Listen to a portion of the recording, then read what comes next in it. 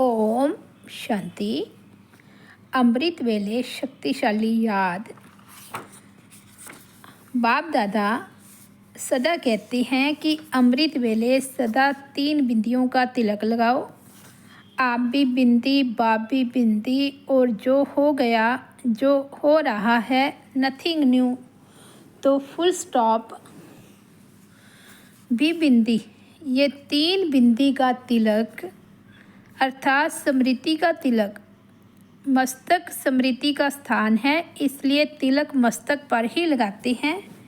3 बिंदियों का तिलक लगाना अर्थात स्मृति में रखना, फिर सारा दिन अचल अडोल रहेंगे। ये क्यों, क्या ही हलचल है, तो अचल रहने का साधन है। अमृत वेले 3 बिंदियों का तिलक लगाओ, यह भूलो नहीं। जिस समय कोई बात होती है उस समय फुल स्टॉप लगाओ। ऐसे नहीं कि याद था लेकिन उस समय भूल गया। गाड़ी में यदि समय पर ब्रेक ना लगे तो फ़ायदा होगा या नुकसान, तो समय पर फुल स्टॉप लगाओ। नथिंग न्यू, होना था, हो रहा है, और साक्षी हो करके देखकर आगे बढ़ते चलो।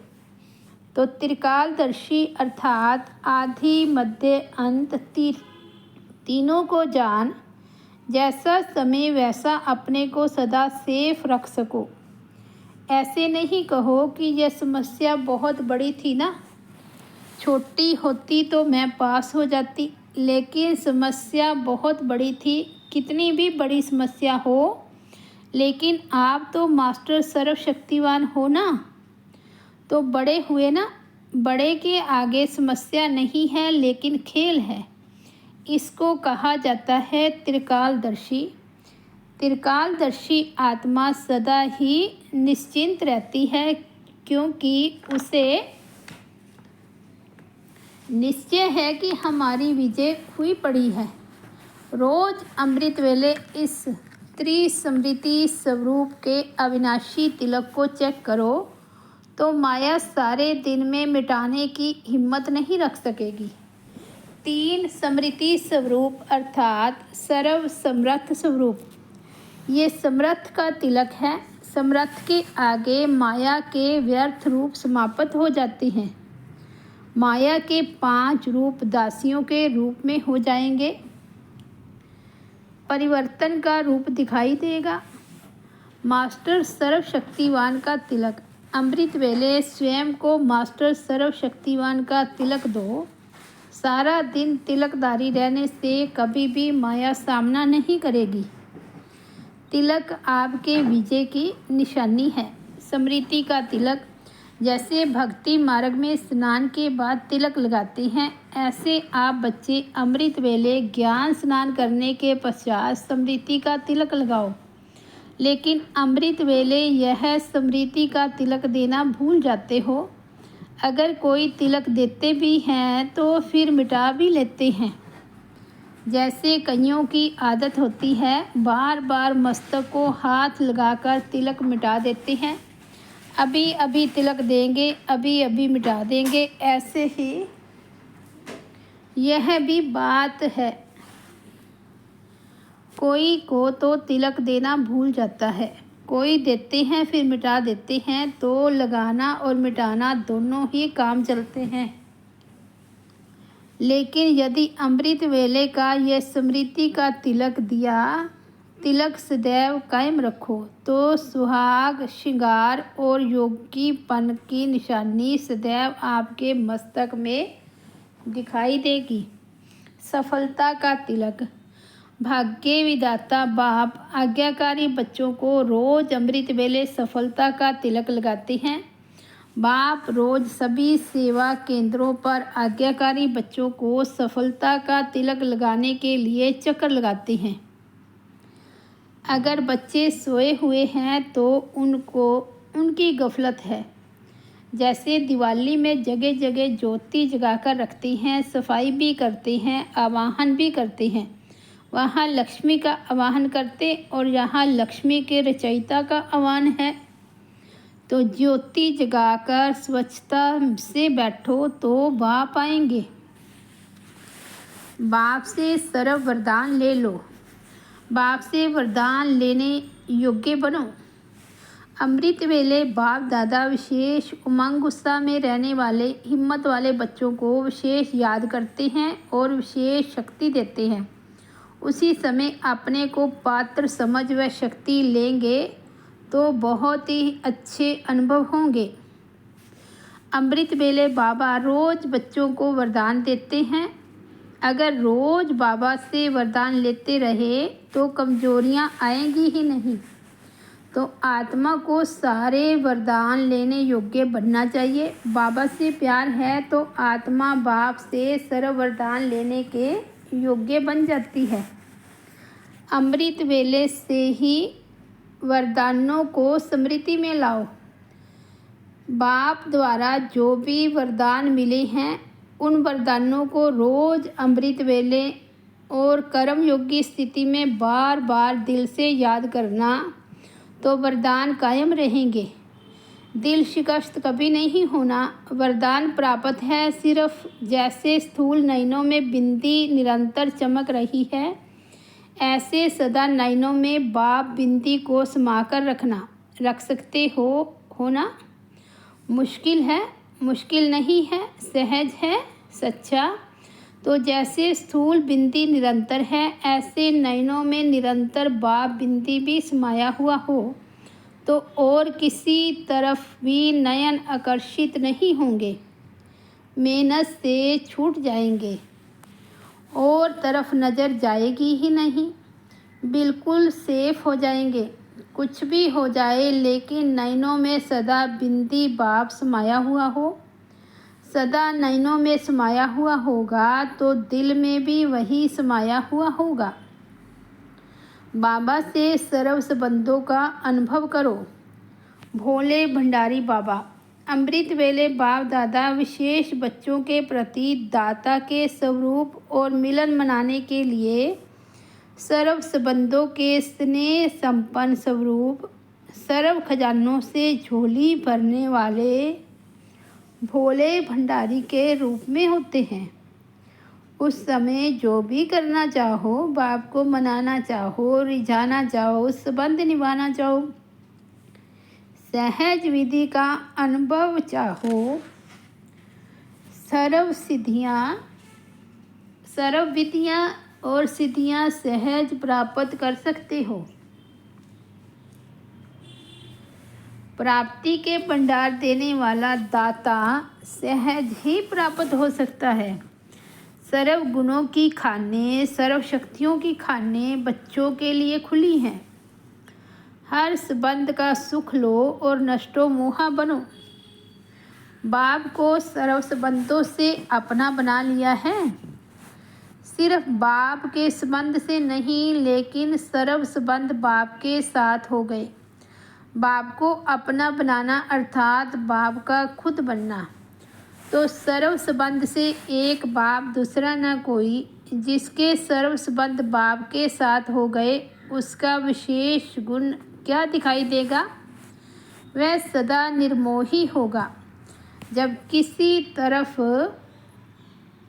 लगाव अर्थात झुकाव नहीं तो माया से हार हो नहीं सकती। ऐसे नष्टो मोहा बनना अर्थात सदा स्मृति स्वरूप। सदैव अमृत वेले यह स्मृति में लाओ कि सर्व संबंधों का सुख हर रोज़ बाप दादा से लेकर औरों को भी दान देंगे। हर संबंध का सुख लो, सर्व सुखों के अधिकारी बन औरों को भी बनाओ। ऐसे अधिकारी समझने वाले सदा बाप को अपना साथी बनाकर चलते हैं। जो भी काम हो तो साकार साथी न याद आए, पहले बाप याद आवे। सच्चा मित्र भी तो बाप है ना। ऐसे सच्चे साथी का साथ लो तो सहज ही सर्व से न्यारा और प्यारा बन जाएंगे। एक बाप से लगन है तो नष्टो मोह है। एक संबंध की भी अनुभूति से वंचित रहेंगे तो सारा कल्प वंचित रह जाएंगे। समय पर वह निरंतर विजय का झंडा क्यों नहीं लहराता है? उसका कारण क्या है? आप लोग भी फंक्शन में झंडा लहराते हो तो समय पर क्यों नहीं लहराता है? कारण पहले तो रिहर्सल नहीं करते। ऐसे विजय का झंडा लहराने के लिए मुख्य बात रियलाइजेशन नहीं है। अमृत वेले से रियलाइजेशन कोर्स शुरू करो। वर्णन तो सभी करते हो, लेकिन वर्णन करना और रियलाइजेशन कोर्स करना अर्थात अनुभूति करना, उसमें अंतर हो जाता है। एक है सुनना व सुनाना कि बाप से सर्व संबंध है, लेकिन हर एक संबंधों की अनुभूति और प्राप्ति अपनी अपनी है। तो सर्व संबंधों की अनुभूति व प्राप्ति में मगन रहो तो पुरानी दुनिया के वातावरण से सहज ही उपराम रह सकते हो। हर कार्य के समय भिन्न भिन्न संबंध का अनुभव कर सकते हो और उसी संबंध के सहयोग से निरंतर योग का अनुभव कर सकते हो। हर समय बाप के भिन्न भिन्न संबंधों का सहयोग लेना अर्थात अनुभव करना ही योग है।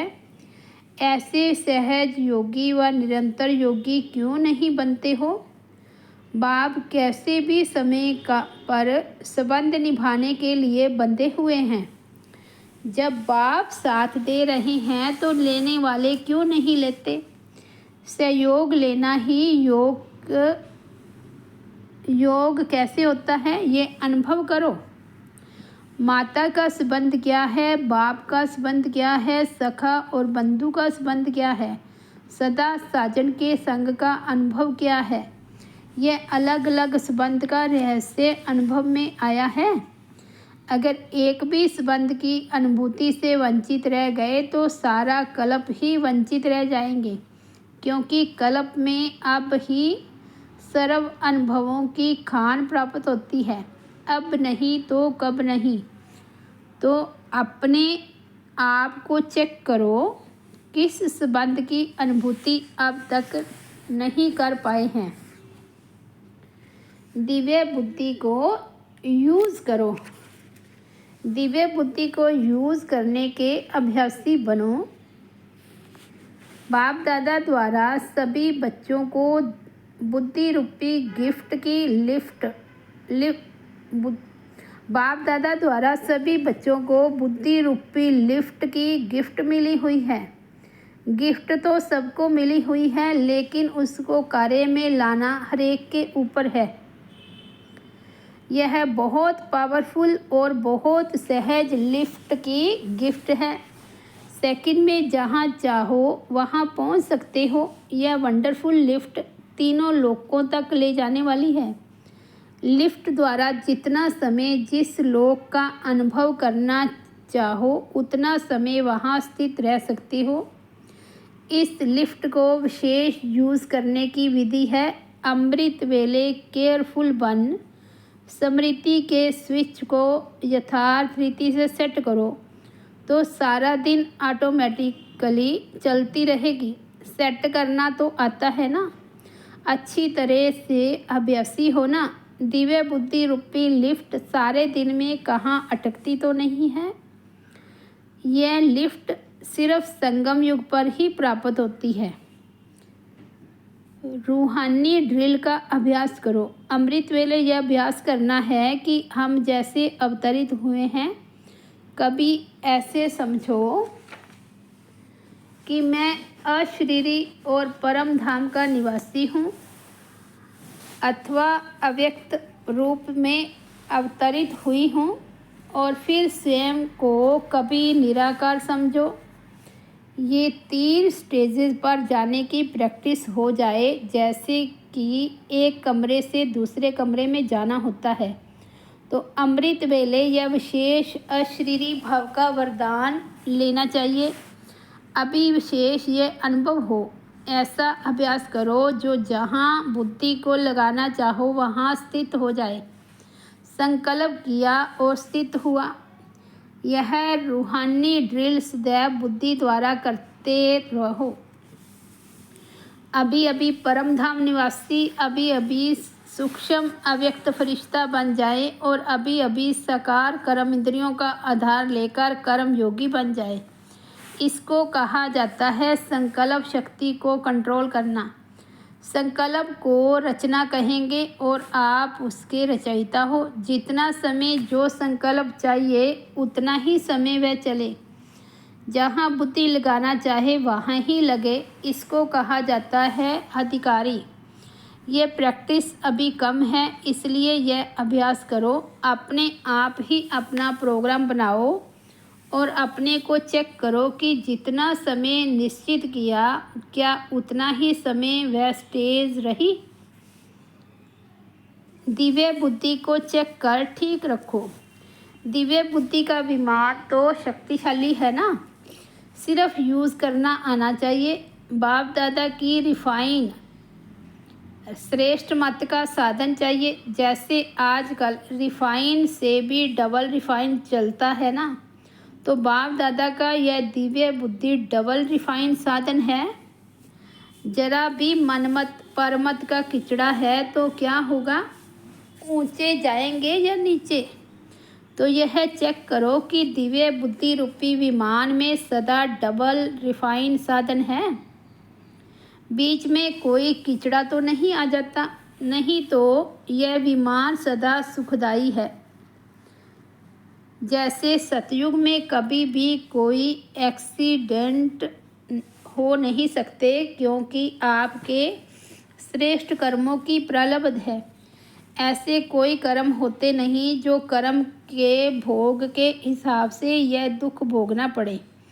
ऐसे संगम युगी गॉडली गिफ्ट दिव्य बुद्धि सदा सर्व प्रकार के दुख और धोखे से मुक्त है।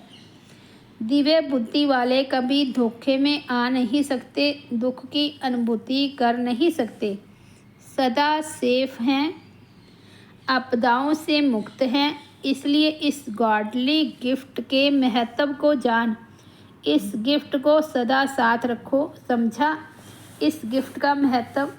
गिफ्ट सभी को मिली है या किसी की रह गई है? मिली तो सबको है ना, सिर्फ संभालने आती है या नहीं वह आपके ऊपर है। सदा अमृत वेले चेक करो। जरा भी कमी हो तो अमृत वेले ठीक कर देने से सारा दिन शक्तिशाली रहेगा। अगर स्वयं ठीक नहीं कर सकते हो तो ठीक कराओ, लेकिन अमृत वेले ही ठीक कर दो। मनन शक्ति द्वारा शक्तिशाली बनो। अगर रोज़ अमृत वेले अपने एक टाइटल को भी स्मृति में लाओ और मनन करते रहो तो मनन शक्ति से सदा बुद्धि शक्तिशाली रहेगी। शक्तिशाली बुद्धि के ऊपर माया का वार हो नहीं सकता, अर्थात आत्मा परवश नहीं हो सकती। तो मूल कारण है बुद्धि की कमजोरी, और कमजोरी का निवारण है मनन शक्ति। अच्छा, ओम शांति।